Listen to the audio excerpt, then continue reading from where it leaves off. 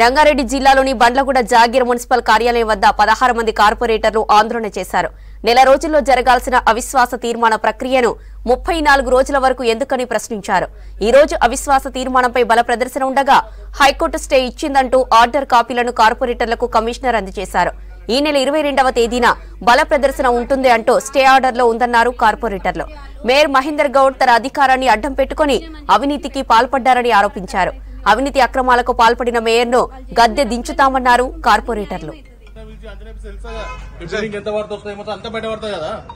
ఇప్పుడు 16 మంది చేస్తున్నారు అన్నప్పుడే మీరు 22 వార్డ్స్ లో ఒక 16 మంది చేస్తున్నారు అన్నప్పుడే దాంట్లో ఎంత నిజం ఉన్నది మీరు గమనించాలి. ఇప్పుడు ఒకరిద్దరు వెళ్ళారు, ఒక నలుగురు వెళ్ళారు అంటే డబ్బులకు ఆశపడి వెళ్ళిండొచ్చు. ఇప్పుడు ఒక 16 మంది కంప్లీట్, ఒక ముగ్గురు నలుగురు వదిలేసి అందులో ఒక వార్డు ఒక కార్పొరేటర్ లేరు, ఒక వార్డు మేయర్ గారు, ఒక ముగ్గురు కార్పొరేటర్ మాత్రమే ఉన్నారు. వాళ్ళు మీరు ఇక్కడ గమనించారు, వాళ్ళు డబ్బులకు ఆశించి అక్కడ వెళ్ళారు అంతే తప్పితే మేము 16 మంది. ఇప్పుడు మీరు ఏమైనా అడగండి, మేము ప్రూఫ్ చూపిస్తాం. రీజన్ చెప్పండి మాకు, మేము ఇప్పుడు రీజన్ చెప్పండి. మేము డబ్బులు తీసుకొని చేయడానికి మాకు రీజన్ ఏముంది? వాళ్ళే ఆఫర్ ఇస్తున్నారు కదండి, ₹1 కోటి ఆఫర్ ఇచ్చారు ఒకరొకరికి.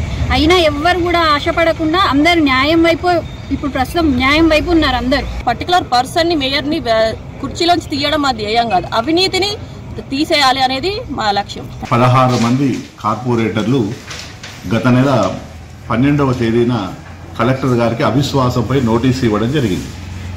తర్వాత ఇది పరిశీలించిన కలెక్టర్ గారు తనకున్నటువంటి విచక్షణాధికారంతో వారు ఫామ్ 2లో జనవరి 31న నోటీసులు జారీ చేయడం జరిగింది.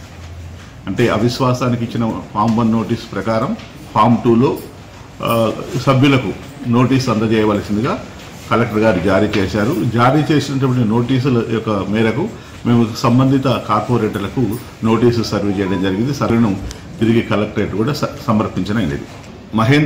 బూరా మహేందర్ గౌడ్ గారు వారు కోర్టుకు వెళ్లిన సందర్భంలో కోర్టు దాన్ని పరిశీలించి స్టే ఆర్డర్ని విధించడం జరిగింది. ఉన్నటువంటి ప్రస్తుతం ఉన్న ఈ స్టే ఆర్డర్ ప్రకారం మనము అవిశ్వాస తీర్మానానికి సంబంధించిన మీటింగ్ను నిర్వహించలేకపోయాం. కోర్టు పరిధిలో ప్రస్తుతం ఇష్యూ ఉంది కాబట్టి ఫర్దర్ భవిష్యత్తులో కోర్టు తీసుకునే నిర్ణయాన్ని ఆధారంగా కోర్టు యొక్క ఆదేశాల మేరకు అవసరమైన చర్యలు తీసుకుని దానిలో భాగంగా మా వంతుగా మా బాధ్యత నిర్వహిస్తామని చెప్పి ఈ సందర్భంగా తెలియజేస్తాం.